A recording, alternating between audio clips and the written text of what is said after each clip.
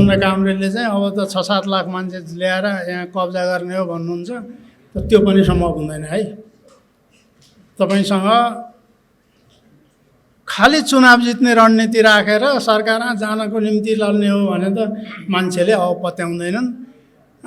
नेकपा एमालेको जस्तो एमालेको अर्को एउटा प्रब्लम देख्छु म, सुखी नेपाली समृद्ध नेपाल, समृद्ध नेपाल सुखी नेपाली, त्यो जस्तो निर्वर्गीय नाराले कम्युनिस्ट आन्दोलन त हुँदैन। कम्युनिस्ट आन्दोलनको भविष्य बनाउने हो भने कम्युनिस्ट नै हुनुपर्छ। मदन भण्डारीले नै के गर्नुभयो भने 5औं महाधिवेशनको 2 महिना बित्दा नबित्दा कलकत्तामा आयोजित एउटा कार्यक्रममा जाँदाखेरि जनताको बहुदलीय जनवादका 14 विशेषता भनेर सबै हिसाबले लिबरल डेमोक्रेटिक फ्रेमभित्र कम्युनिस्ट आन्दोलनलाई लिएर जाने व्याख्या गर्नुभयो। त्यहाँबाट जनताको बहुदलीय जनवाद, नेपालको कम्युनिस्ट आन्दोलनको शान्तिपूर्ण धारले मोर अर लेस यो उदारवादी फ्रेमभित्र छिर्यो। त्यसको एकदम भाषा नमिठो होला, त्यो टाङमुनि छिरेको।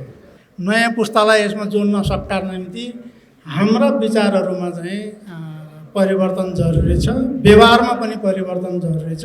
विचारमै परिवर्तन नआइकन, विचारलाई रेडिकल नबनाइकन व्यवहार कसरी रेडिकल हुन्छ? तपाईँ अलिकति रेडिकल हुनुभएन भने धेरै दक्षिणतिर पुगिसक्नुभएको छ, अथवा धेरै यो लिबरल फ्रेमभित्र, न्यू लिबरल फ्रेमभित्र अन्तर्गुलित भइसकेको, वैचारिक हिसाबले पनि व्यवहारिक हिसाबले पनि। त्यस्तो शक्तिले फेरि आफूलाई चाहिँ परिमार्जित गरेर नजाने हो भने नयाँ पुस्ताले हामीलाई पत्याउँदैन, विश्वास पनि गर्दैन र हामीले नयाँ शक्ति आर्जन गर्न पनि सक्दैनौँ। मैले आज यहाँ बोल्न पर्दा बोल्ने के हो भनेर अलिकति 1-2 दिनदेखि थोरै कुरा चाहिँ खेलाउँदै थिएँ दिमागमा। आज पनि बिहान भोलिलाई बोल्न जानुपर्ने छ, आज बोल्न जानुपर्ने छ भन्ने थिएन, भोलिलाई बोल्न जानुपर्ने छ, केही त यसो हेर्नु पर्यो भनेर नेकपा एमालेको भदौमा सम्पन्न विधान महाधिवेशनको बेला प्रस्तुत गरिएका दस्तावेज हेरेँ, राजनीतिक प्रतिवेदन हेरेँ। त्यसपछि नेकपा बनिसकेपछिको दस्तावेज चाहिँ अनलाइनतिर खोजेको खासै भेटिएन। वेबसाइटमा थोरै कुरा राखेर चाहिँ 2टा लाइन चाहिँ नोटेबल थिए। मलाई के लाग्छ भने आजको हाम्रो नेपालको मार्क्सवादी आन्दोलन, वामपन्थी आन्दोलन, कम्युनिस्ट आन्दोलन, मूलतः आज हामी यहाँ 2टा कम्युनिस्ट पार्टीका नेताहरूलाई साथी राखेर यो विषयमा कमरेड नरबहादुर कर्मचारीको उहाँलाई सम्झँदै यो कार्यक्रम गरिरहेका छौँ। यो बेला कम्युनिस्ट आन्दोलनकै कुरा गरौँ, कम्युनिस्ट पार्टीहरूले सामना गरिरहेका समस्याहरूकै कुरा गरौँ र सम्भावनाको कुरा गरौँ। यतातिरबाट हेर्दा चाहिँ नेपालको आजको कम्युनिस्ट आन्दोलनले 2-3टा खालका समस्याहरू र गन्जागोलमा फँसिरहेको म देख्छु। एउटा चाहिँ हाम्रो विचारमा समस्या छ। वैचारिक हिसाबले नेपालको कम्युनिस्ट आन्दोलनले लामो समय 2टा धार, एउटा संसदीय शान्तिपूर्ण राजनीतिको धार र अर्को सशस्त्र क्रान्तिबाट सत्ता कब्जा गर्ने, कम्युनिस्ट पार्टीहरूले एक्लै सरकार चलाउने चीनको जस्तो मोडलको फलो गरिरहेको धार, 2टा धारबाट नेपालको कम्युनिस्ट आन्दोलन अगाडि आयो। 2047 पछि नेकपा मालेले 2046 सालमा नेकपा मालेको मालेले नेकपाको 4थो महाधिवेशन आयोजना गर्यो र त्यो महाधिवेशनले धेरै खोलेको थिएन, बहुलवादको कुरा गरेको थियो। बहुदलीय खुला समाज भन्ने एउटा मोटामोटी कुरा मात्रै गरेको थियो, त्यसलाई पछि व्याख्या गरियो जनताको बहुदलीय जनवादको रूपमा चाहिँ कमरेड मदन भण्डारीले अगाडि सार्नुभयो। म चाहिँ 5औं महाधिवेशनमा पर्यवेक्षकका रूपमा भए नि उपस्थित थिएँ र त्यहाँ प्रस्ताव गरिएको डकुमेन्टसम्म म चाहिँ जनताको बहुदलीय जनवाद ठिकै बाटोमा छ, यसको सार भन्ने सोच्थेँ, अहिले पनि सोध्छु। 5औं महाधिवेशनको दस्तावेजलाई सही ढङ्गले व्याख्या र पालना गर्न सकेको भए नेपालको कम्युनिस्ट आन्दोलन आजको चुनौतीमा फस्ने थिएन। त्यसले चाहिँ जनवादी गणतन्त्र, जनवादी व्यवस्था जुन चीन माओ सेतुङले व्याख्या गरेको नौलो जनवादी व्यवस्था जुन थियो त्यसका सारहरूलाई बोकेको थियो र रूप पक्षमा बहुदलीय प्रतिस्पर्धात्मक व्यवस्थालाई स्वीकार गरेर जाने भनेको थियो। त्यसको सार के थियो भनेदेखि जनताको जनवादी अधिनायकत्व अन्तर्गतको प्रतिस्पर्धात्मक व्यवस्थामा कम्युनिस्ट पार्टीले शासन हातमा लिइसकेपछि वर्गका हिसाबले जनताको जनवादी अधिनायकत्व भनेर हामीले जुन कोट अनकोट बुझेका छौँ त्यसलाई स्थापित गरिसकेपछि कम्युनिस्ट पार्टीले एक्लै सरकार चलाउनु हुँदैन, एक्लै सत्ता चलाउनु हुँदैन, अरू वर्गहरू पनि समाजमा हुन्छन्, उनीहरूलाई नै पोलिटिकल्ली अर्गनाइज भएर जान दिनुपर्छ। त्यसमध्ये एउटा पश्चगामी शक्ति जुन हुन्छ तत्काल वर्ग सङ्घर्षमा त्यसलाई चाहिँ निषेध गर्ने हो, बाँकीलाई चाहिँ प्रतिस्पर्धा गरेर जान दिने हो भन्ने थियो। तर मदन भण्डारीले नै के गर्नुभयो भने 5औं महाधिवेशनको 2 महिना बित्दा नबित्दा कलकत्तामा आयोजित एउटा कार्यक्रममा जाँदाखेरि जनताको बहुदलीय जनवादका 14 विशेषता भनेर सबै हिसाबले लिबरल डेमोक्रेटिक फ्रेमभित्र कम्युनिस्ट आन्दोलनलाई लिएर जाने व्याख्या गर्नुभयो। त्यहाँबाट जनताको बहुदलीय जनवाद नेपालको कम्युनिस्ट आन्दोलनको शान्तिपूर्ण धारले मोरलेस यो उदारवादी फ्रेमभित्र छिर्यो। अथवा त्यसको एकदम भाषा नमिठो होला, त्यो टाङमुनि छिरेको। त्यहाँबाट वैचारिक समस्या नेकपा एमालेमा सुरु भयो। नेकपा माओवादीले शस्त्र सङ्घर्षको धार हामी कहाँ छँदै थियो। 6 सालको कम्युनिस्ट आन्दोलनदेखि नै गौरी भक्त प्रधानलाई चीनमा चाहिँ गरिल्ला तालिम लिन पठाउनेबाटै शस्त्र सङ्घर्षको एउटा लाइन, एउटा धार कहिले माथि, कहिले तल, कहिले कमजोर, कहिले बलियो हुँदै आएको थियो र त्यसलाई चाहिँ पछि माओवादीले 10 वर्ष शस्त्र युद्धको बेला चाहिँ व्यवहारमा लयो।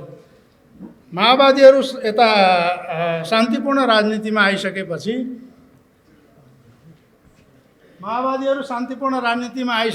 चाहिँ सुरुमा त कटवाल काण्ड हुने बेलासम्म र त्यसपछि एकखेर काठमाडौँ घेराउवाला आन्दोलन थियो। त्यो बिन्दुसम्म माओवादीहरूले चाहिँ सत्ता र राजनीतिको प्रश्नलाई, सत्ता र राज्यको प्रश्नलाई चाहिँ फरक ढङ्गले हेरिरहेको थिए। जब त्यहाँबाट चाहिँ त्यो सुकिला मुकिला भन्ने एउटा कार्यक्रम हो, कुनै 5 स्टारै होटलमा भएको हुनुपर्छ, मैले चाहिँ टिभीमा हेरेको सम्झँदाखेरि त्यहाँ चाहिँ अब यो आन्दोलन फिर्ता गर्ने भनेर प्रचण्डजीहरूले भाषण गरिसकेपछि नेकपा माओवादी त्यो दिनदेखि यसले पनि संसदीय राजनीति उदारवादी फ्रेमभित्रका राजनीतिलाई चाहिँ अभ्यास गर्न थाल्यो। यो वैचारिक सङ्कट समाजवादतिर जाने भनिए पनि संविधानले नै समाजवादको परिकल्पना गरेको छ। हामी समाजवादतिर जान्छौँ भनेको छ। समाजवादमुखी अर्थतन्त्र, समाजवादमुखी समाजको परिकल्पना गरेको छ। तर समाजवाद ल्याउने मुख्य शक्तिहरूको बिचको राजनीतिक वैचारिक मान्यताहरू हेऱ्यो भने त्यसले चाहिँ समाज यो लिबरल डेमोक्रेसीभित्र सामान्य लोक कल्याणकारी नेकपा एमालेको पछिल्लो विधान अधिवेशनमा पारित भएको डकुमेन्टले त हामी लोक कल्याणकारी अहिले चाहिँ के भनिएको छ त्यहाँ प्रश्नसँग भने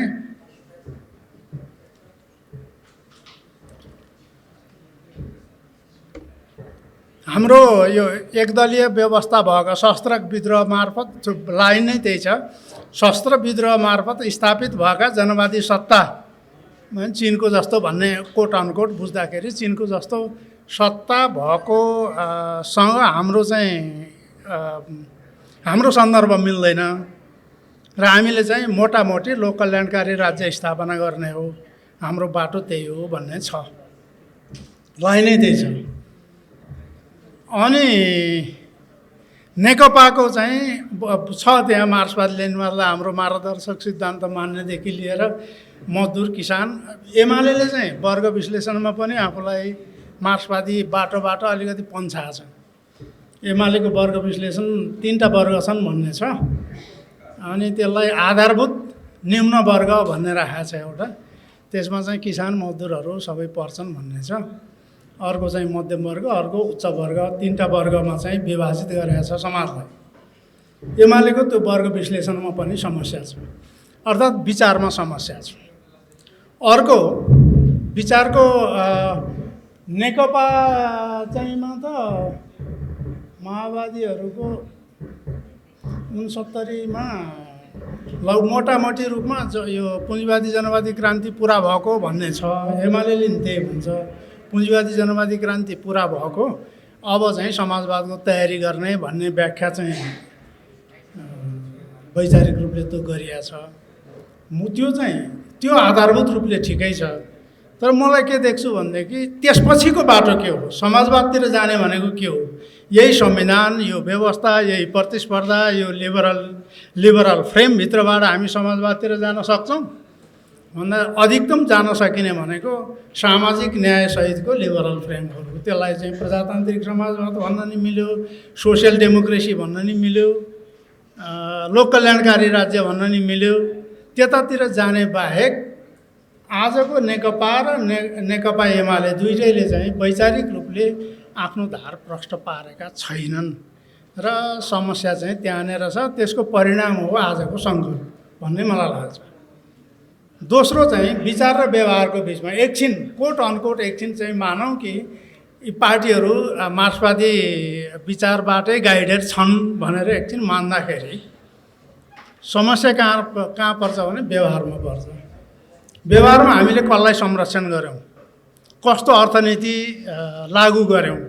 जस्तो मलाई लाग्छ 6 जना चाहिँ कम्युनिस्ट आन्दोलनबाट आएका साथीहरू प्रधानमन्त्री हुनुभयो मनमोहनदेखि सुरु भएर, 6 जना अर्थमन्त्री हुनुभयो होला कि बढी हुनुभयो। उहाँहरूले ल्याएको बजेट, आज स्वर्णिम मागले ल्याएको बजेट, अनि कङ्ग्रेसको रामशरण महतले ल्याएको बजेट, वा चाहिँ महेश आचार्यले ल्याएको बजेट, प्रकाश शरण महतले ल्याएको बजेट, यिनीहरूको बिचमा फन्डामेन्टल डिफरेन्सहरू के होलान्? अहिले स्वर्णिम मागले ल्याएको चाहिँ उनीहरूको घोषित रूपले नै उदारवादी अर्थतन्त्रको पक्षधर भएको हुनाले त्यसले अस्ति उहाँहरूले चाहिँ के यो शिक्षामा, स्वास्थ्यमा कता कता कर लगाएर मान्छे निम्न वर्गको जीवन स्तरमाथि हस्तक्षेप गर्ने एक खालको अस्टेरिटीको अभ्यास उहाँहरूले गर्नुभयो। यो चाहिँ नव उदारवादको अलि नाङ्गो रूप, अलि खुला रूप चाहिँ देखिन्छ स्वर्णिम अग्लेमा। बाँकी सामान्य लोक कल्याणका कार्यक्रमहरू बाहेक अर्थतन्त्रको संरचनागत परिवर्तन गर्ने गरी कम्युनिस्ट पार्टीहरूले ल्याएका कार्यक्रम के हुन्? लोक कल्याणका जस्तो नेकपा एमाले आफ्नो गाउँ आफै बनाऊ, वृद्ध भत्ताका कार्यक्रम ल्यायो, पछि चाहिँ सामाजिक सुरक्षाका के कार्यक्रमहरू आएका छन्, स्वास्थ्य बिमाको कार्यक्रम छ। यी कार्यक्रम बाहेक जब संरचनागत रूपले अर्थतन्त्रमा सीमित वर्गको प्रभुत्व र वर्चस्व विस्थापित गरेर आम मान्छेहरूलाई चाहिँ स्रोतमाथिको अधिकार सुनिश्चित गरिँदैन, त्यो चाहिँ त्यसले कसरी समाजलाई रूपान्तरण गर्छ? राष्ट्रिय पुँजीपति वर्गलाई उत्थान गर्ने भनेर हामीले पहिल्यै त्यो 36 सालमा मार्क्सवाद पढ्ने बेलामा पनि त्यही सिकाए हो। त्यति बेलाका डकुमेन्टमा पनि तिनै कुरा थिए।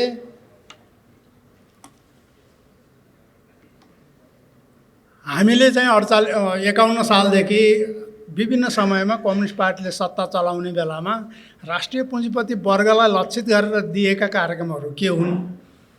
दलाल पुँजीवादलाई नियन्त्रण गर्न चालिएका कदमहरू के हुन्? नेपालमा दलाल पुँजीलाई नियन्त्रण गर्ने र स्वतन्त्र राष्ट्रिय अर्थतन्त्र, स्वतन्त्र राष्ट्रिय औद्योगिकरणको निर्माण गर्ने गरी चालिएका कदम के हुन् र अरू काङ्ग्रेसले ल्याएका कार्यक्रमभन्दा हामीले गरिएको भिन्न कार्यक्रम के हुन् भनेर त्यसमा हेऱ्यो भने अन्तत के जाँच्नु र साथीहरूका चाहिँ जीवनशैली, व्यवहार, दैनिक बसउठ, सम्बन्ध, सम्पर्क, जनतासँगको सम्बन्ध, वर्गको कुरा अघि हाम्रो खगेनजीले भन्नुभयो। यो उहाँले चाहिँ अरू सन्दर्भमा भन्नुभएको थियो, जेन्डर के यो के भन्छ नारीवाद, महिला फेमिनिजमको विषयमा। तर अरू सन्दर्भमा पनि हाम्रा अभिव्यक्तिहरूमा, हाम्रा कार्यकर्ताहरूले बोल्ने कुरामा, हिँड्ने कुरामा, खाने बस्ने कुरामा, हाम्रो जीवनशैलीमा, समाजसँगको हाम्रो सम्बन्ध र संवादमा कहाँनिर मार्क्सवादी अवधारणा छ र अरू पार्टीहरूभन्दा हाम्रो भिन्न के छ, यो चाहिँ पनि समस्या हो। राजनीतिमा बुर्जुवा शक्तिसँगको साँठगाँठ र त्यससँग मिलेर सरकार बनाउने कुरालाई चाहिँ लोकेन्द्रबहादुर चन्दलाई प्रधानमन्त्री बनाउनेदेखि लिएर शेरबहादुरलाई प्रधानमन्त्री बनाउन हिँड्नेसम्मका कुरा, त्यहाँदेखि यहाँसम्म आउँदाखेरि हामीले गरेको अभ्यास राजनीतिमा छुवाछुतविहीन अवस्थातिर कम्युनिस्ट पार्टीहरू लाग्दाखेरि यसले आफ्नो फन्डामेन्टल राजनीतिक गन्तव्य बिर्सेको कुरा नै विचार र व्यवहार बिचको अन्तर्विरोध, सङ्कट, समस्या सिर्जना भएको कुरा हो। अब म एउटा कुरा मात्रै भन्छु,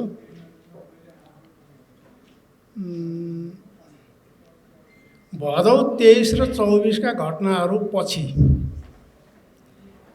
के हामी यो अहिले जुन सिस्टमभित्र हामी राजनीति गरिरहेछौँ, जुन अभ्यास गरिरहेछौँ, यसलाई उल्ट्याउने र यही सिस्टमभित्र, यही संविधानभित्र, यही अब हामी कम्युनिस्टहरूले भन्ने गरेको के हो भने सत्ता र सरकार फरक हुन् भनेर भन्ने गरिएकै छ। सत्ता एउटा कुरा हो, अहिले पुँजीपति वर्गको अथवा सामान्य परिभाषामा पुँजीपति वर्गको अधिनायकत्व भएको व्यवस्था हो यो भनेर हामीले बुझ्ने हो। बुर्जुवा अधिनायकत्वको व्यवस्था अन्तर्गत कम्युनिस्टहरूले यही सिस्टमलाई उल्ट्याएर जनवादी अभ्यास गर्न सम्भव छ कि छैन? भदौ 23 र 24को अगाडि र आजको स्थिति उही हो कि फरक हो? यसलाई चाहिँ राम्रोसँग डिफाइन नगरिकन हामी 2072 सालको संविधान र त्यसले निर्देशित गरेको बाटोबाटै समाजवादतिर जान्छौँ भनेर सोचिरहेका हौँ भने हामी पार लाग्दैनौँ, हामीले त्यो गन्तव्य पहिल्याउन सक्दैनौँ। आज मैले चाहिँ त्यसलाई एउटा सङ्कटको रूपमा देखिरहेको छु। यसलाई तोड्न नसक्ने हो भने, यसलाई भत्काउन मानसिक रूपले है, वैचारिक रूपले यसलाई तोडेर एउटा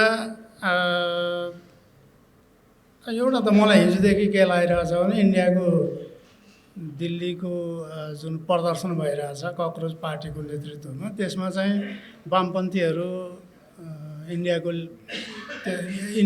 कोट अनकोट कम्युनिस्ट पार्टी र अरू समाजका चाहिँ वामपन्थी शक्तिहरू पनि जसरी प्रभावशाली रूपमा आइरहेका छन्, त्यसलाई हेर्दा चाहिँ हामीले, मेरो पुस्ताले, म जत्तिकै मान्छेले पनि भदौ 23-24को घटना हुनुभन्दा अगाडि नै हाम्रो राज्य चलाइरहेका शक्तिहरूका विरुद्ध स्थापित पार्टीहरू, त्यसमा चाहिँ नेकपा एमाले नि पर्छ, नेकपा नि पर्छ, उहाँहरूका विरुद्ध हामी पो सडकमा जान नगएर गल्ती गरेछौँ कि?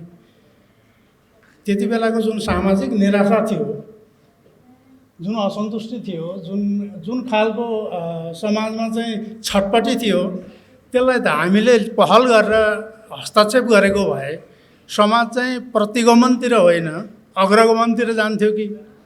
त्यहाँ पो हामीले गल्ती गरिएछ कि, हामी ढिलो भइएछ कि, साह्रै पत्याइएछ कि, साथीहरूलाई साह्रै विश्वास गरिएछ कि भन्ने पनि लाग्छ मलाई। अहिले चाहिँ मैले यो भन्न खोजेको कुरा के हो भने हाम्रो नेकपा एमालेको, नेकपाको अथवा अरू सबै खाले वामपन्थीहरूको ले आफूलाई पुनर्गठित गर्ने, पुनर्जागृत गर्ने र वैचारिक रूपले नवीकरण गर्ने र त्यो नवीकरणसहित वर्गतिर फर्कने, यसमा चाहिँ म हाम्रो खगेन्द्रजीको एउटा कुरासँग असहमत छु है। समाज समरूपीय समाज होइन हाम्रो, यसमा विभेदका मान्छेहरूले चाहिँ गरिब त गरिब नै हो, एउटा दलित गरिब हुनु र नन दलित गरिब हुनुको बिचमा मधेसी दलित हुनु र पहाडको दलित हुनुकै बिचमा पनि, जनजाति हुनु र खस बाहुन अथवा बाहुन क्षेत्री हुनुको बिचमा जुन भेदहरू छन्, त्यो भेदलाई अस्वीकार गरेर नेपाली समाजलाई हामी नेतृत्व गर्न सक्दैनौँ। अस्ति कसैले भन्दै थियो मसँग एउटा कुराकानी हुने बेलामा, हिजो म एकजना साथीको इन्टरभ्यू पढ्दै थिएँ, त्रिलोचन ढकाल। उहाँले के भन्नुभएको छ एक ठाउँ भने, एमएस थापा मगर चाहिँ नेकपाको गण्डकीको इन्चार्ज हुनुहुँदो रहेछ। 30 साल अगाडिको कुरा हो, 27-28 साल।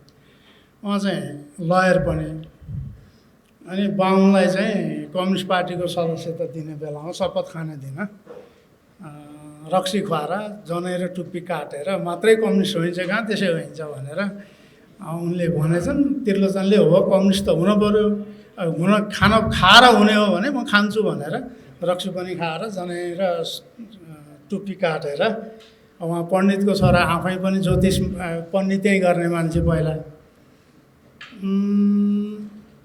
अनि उहाँको चाहिँ के छ भने, जाँड खाने कुरा त यो त राम्रो होइन भन्ने उहाँलाई लाग्यो। पछि जीवराज मननाथहरूसँग भेट हुँदा उहाँहरूले जाँड नखाएको भेटेपछि यो चाहिँ राम्रो रहेछ पार्टी भनेर यो कोअर्डिनेसन केन्द्रतिर जोडिएको भन्नुहुन्थ्यो उहाँले चाहिँ। अब मैले भन्न खोजेको के हो भने, हामी कहाँ त रक्सी अनिवार्य रूपले चाहिने जनजातिहरू पनि छन्। त्यो उसको रक्सी खाने कल्चरसँग रक्सी खान हुँदैन भन्ने कुराले जित्यो भने त्योसँग हामी अन्तर्क्रिया गर्न त गाह्रो हुने होला नि त। मेरो भनाइ चाहिँ समाज विविधीकृत छ, बहुसांस्कृतिक छ, बहुधार्मिक छ, बहुभाषिक छ, सारा बहुलताहरू छन्।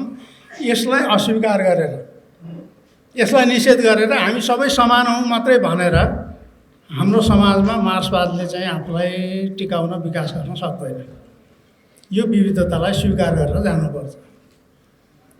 सँगसँगै वर्गेत्तर समस्याहरू, वर्ग सङ्घर्षको मातहत भएनन् भने तिनले बल्ल समस्या चाहिँ गर्न लाग्दैन। वर्ग सङ्घर्षको मातहत अरू समस्याहरूलाई सम्बोधन गर्नुपर्छ। महिलाहरूका कुरा त्यही होला, दलितका कुरा त्यही होला, जनजातिका कुरा त्यही होला। त्यो वर्ग सङ्घर्ष छोडेर जातिका मात्रै कुरा गर्यो भने, वर्ग सङ्घर्ष छोडेर वर्गसँग सम्बन्धित प्रश्नलाई छोडेर, मार्क्सवादलाई छोडेर महिलाको मात्रै कुरा गर्यो भने त्यसको निष्कर्ष गलत निस्कन्छ। त्यसले कम्युनिस्ट आन्दोलनलाई सहयोग गर्दैन। हामी हिँडिरहने निर्माण गर्न चाहेको समाज पनि बन्दैन। तर उनीहरूको भिन्नतालाई, त्यो विविधतालाई स्वीकार गरिएन भने कम्युनिस्ट आन्दोलनले गति लिन सक्दैन। यो कुरा चाहिँ स्वीकार गरेर जानुपर्छ। अब कहाँनिरबाट सच्याउने त आउने कार्यभार के हो त भन्दाखेरि चाहिँ नेकपा एमाले नाम जबज राखे पनि भयो, त्यसमा मलाई कुनै अब्जेक्सन छैन। जबज मैले भनिहालेँ, 5औं महाधिवेशनको डकुमेन्टको आधारभूत सारभूत पक्ष जुन छ, त्यसको सार जुन छ त्यसलाई ग्रहण गरियो भने जनताको जनवादी अधिनायकत्व भन्ने कोट अनकोट जे कुरा छ त्यस मातहत प्रतिस्पर्धा र बहुदलीयतालाई स्वीकार गरियो भने चाहिँ त्यो कम्युनिस्ट आन्दोलन पुनर्जागृत हुन सक्ला। नेकपा एमाले अब भोलि सरकार बनाउन पायो, चुनाव जित्यो मानौँ एकछिन, एक त रेडिकल नभइकन त्यही विचार लिएर त चुनाव जित्नु नि गाह्रो छ। दुईटा लिबरल, एउटा अलि राइटिस्ट खालको centre to right, centre to right, एउटा चाहिँ सेन्ट्रिस्ट खालको दुईटा लिबरल पार्टीहरू देशमा भइसके, काङ्ग्रेस र रासपा। वामपन्थीहरू सबभन्दा बढी अस्ति 23-24 पछि पछारिएको शक्ति बन्यो। अनि यसलाई अलिकति हामी चाहिँ मलुवा हुँदै गएको हुनाले, वर्ग छोड्दै गएको हुनाले यो समस्या सिर्जना भयो। अब रेडिकल अलिकति माझ्ने, पखाल्ने, सफा हुने, अलिकति रेडिकल हुने र वर्गसँग जोडिने कुरा नगर्ने हो भने त चुनाव पनि जितिँदैन। चुनाव नजितेपछि उदारवादी हुन नि पाइँदैन, समाजवादी हुन नि पाइँदैन। सडकमै बस्ने हो, चिच्याउने मात्रै रहन्छ। व्यापक जनमतलाई आफ्नो पक्षमा पार्न पहिलो शर्त हो पार्टीभित्रको वैचारिक रूपले हाम्रो गन्तव्यलाई निश्चित गर्नु र समाजवाद यो सिस्टमभित्रबाट फ्रेमवर्कभित्रबाट लोक कल्याणकारी राज्य बनाउनकै लागि त कम्युनिस्ट पार्टी चाहिँदैन, नेकपा एमाले पनि चाहिँदैन, नेकपा पनि चाहिँदैन, काङ्ग्रेसले बनाएन भयो, अर्काले बनाएन भयो, हामीले ताली लगाइदिए भयो, जसलाई समर्थन गर्न मन लाग्छ गरिदिए भयो। होइन, कम्युनिस्ट पार्टी चाहिने हो। कम्युनिस्ट पार्टीले नै समाजवादी व्यवस्था निर्माण गर्नतिर जाने हो र त्यसमा चाहिँ मजदुर वर्गको व्याख्या, सरबारा वर्ग त्यसको व्याख्या, अझ नेपालको सन्दर्भमा ज्यालादारी श्रम मजदुर वर्ग, गरिब किसान वर्ग, यसको चाहिँ भेदहरू डिफाइन नगर्ने हो। र जस्तो एमालेको एउटा सूत्र छ महाधिवेशनले पारित गरेको, सबै शत्रु कोही होइन, सबै मित्र कोही छैन शत्रु भन्ने अन्तर्राष्ट्रिय सम्बन्धको व्याख्या गरेको छ। अब सबै मित्र कोही छैन शत्रु भनेपछि त साम्राज्यवाद भन्ने रहेन। साम्राज्यवाद भन्ने नरहेपछि दलाल पुँजीवाद रहेन। दलाल पुँजीवाद नरहेपछि त हामी कहाँ त लड्नुपर्ने शक्ति पनि रहेन।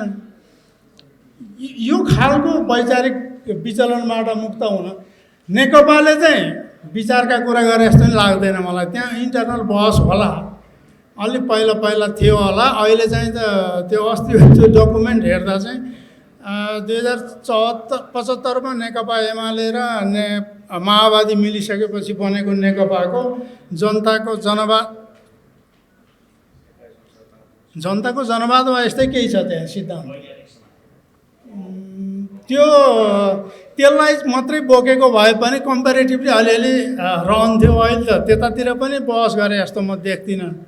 यो बहसविहीनता यो चाहिँ वैचारिक मन्थनबाट पन्छिने कुरा र इतिहासमा लामो समय कम्युनिस्ट आन्दोलनमा जोडिएको हुनाले त्यसबाट बाहिर जान नसकेर सङ्गठनमा भइरहेको हुनाले यो कार्यक्रममा आउने, अर्को कार्यक्रममा जाने, ताली लाउने, यसो हिँडिरहने कुरा यसले हुँदैन। यहीँ अगाडि हेर्छु म 85%भन्दा बढी, मोर देन 40 वर्ष माथिको हुनुहुन्छ होला यहाँ सहभागी हुने। त्यो 40 वर्ष माथिकोले एक समय आन्दोलनमा लाएर बिताइसकेको हुनाले उसलाई यसमा अलिअलि रहर छ, जोडिन मन लागिरहने। नयाँ पुस्तालाई यसमा जोड्न सट्कार निम्ति हाम्रा विचारहरूमा चाहिँ परिवर्तन जरुरी छ, व्यवहारमा पनि परिवर्तन जरुरी छ। विचारमै परिवर्तन नआइकन, विचारलाई रेडिकल नबनाइकन व्यवहार कसरी रेडिकल हुन्छ? तपाईँ अलिकति रेडिकल हुनुभएन भने धेरै दक्षिणतिर पुगिसक्नुभएको छ, अथवा धेरै यो लिबरल फ्रेमभित्र, न्यू लिबरल फ्रेमभित्र अन्तर्घुलित भइसकेको, वैचारिक हिसाबले पनि व्यवहारिक हिसाबले पनि। त्यस्तो शक्तिले फेरि आफूलाई चाहिँ परिमार्जित गरेर नजाने हो भने नयाँ पुस्ताले हामीलाई पत्याउँदैन, विश्वास पनि गर्दैन र हामीले नयाँ शक्ति आर्जन गर्न पनि सक्दैनौँ। अनि अब हिजो अस्ति अघि भर्खर कता कहाँ पढेको थिएँ मैले, प्रचण्ड कामरेलले चाहिँ अब त 6-7 लाख मान्छे ल्याएर यहाँ कब्जा गर्ने हो भन्नुहुन्छ। त त्यो पनि सम्भव हुँदैन है। तपाईँसँग खालि चुनाव जित्ने रणनीति राखेर सरकारमा जानको निम्ति लड्ने हो भने त मान्छेले अब पत्याउँदैनन्। नेकपा एमालेको जस्तो एमालेको अर्को एउटा प्रब्लम देख्छु म, सुखी नेपाली समृद्ध नेपाल सुखी नेपाली।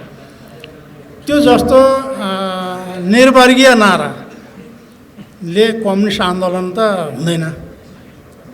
कम्युनिस्ट आन्दोलनको भविष्य बनाउने हो भने कम्युनिस्ट नै हुनुपर्छ। ठ्याक्कै हाम्रो खगेन्द्रजीले भने जस्तो समस्या चाहिँ कम्युनिस्ट त हुनु पऱ्यो नि पहिला त, अनि बल्ल आन्दोलनको कुरा आउँछ। परार एकचोटि पिताम्बर शर्माले भन्नुभएको थियो नेपालमा मार्क्सवादीहरूलाई चाहिँ सबभन्दा बढी खतरा मार्क्सवादीबाट छ भनेर। हामी त्यो अनुभव गरेर बेहोरेर ठक्कर खाएर यहाँ आइसक्यौँ। अब मार्क्सवादी हुनतिर लागौँ। त्यसो भयो भने आन्दोलन जाग्छ, किनभने वर्ग छ, समस्या छ, अन्तर्विरोध छ। नेपालभित्र मात्रै होइन अन्तर्राष्ट्रिय रूपमा पनि छ। उहाँले बाहिर र भित्र हुँदैन भन्नुभयो, बाहिर र भित्र त हुन्छ। अनि बाहिर पनि छ, भित्र पनि छ। त्यस भएको हुनाले चाहिँ हामीले कम्युनिस्ट आन्दोलनलाई बचाउने हो भने यी सबै विषयहरूमा बहस गरौँ, छलफल गरौँ, खुला दिलले गरौँ, सबैलाई सामेल गरेर गरौँ। यसो बहस गर्दाखेरि म पछि पर्छु कि मेरो शक्ति घट्छ कि कम्युनिस्ट पार्टी भनौँ न हाम्रा दुईजना नेताहरू यहाँ हुनुहुन्छ, पार्टीको उपाध्यक्ष र महासचिव, मेरो पद जान्छ कि भनेर उहाँहरूले चिन्ता गर्नुभयो भने बहस पनि हुँदैन। हामीले गर्ने बहसले त के प्रभाव पारिहाल्ला। हामी त पत्रिका लेखिरहेकै छौँ, बोलिरहेकै छौँ, तपाईँहरूले बहस गर्नु पर्यो। धन्यवाद।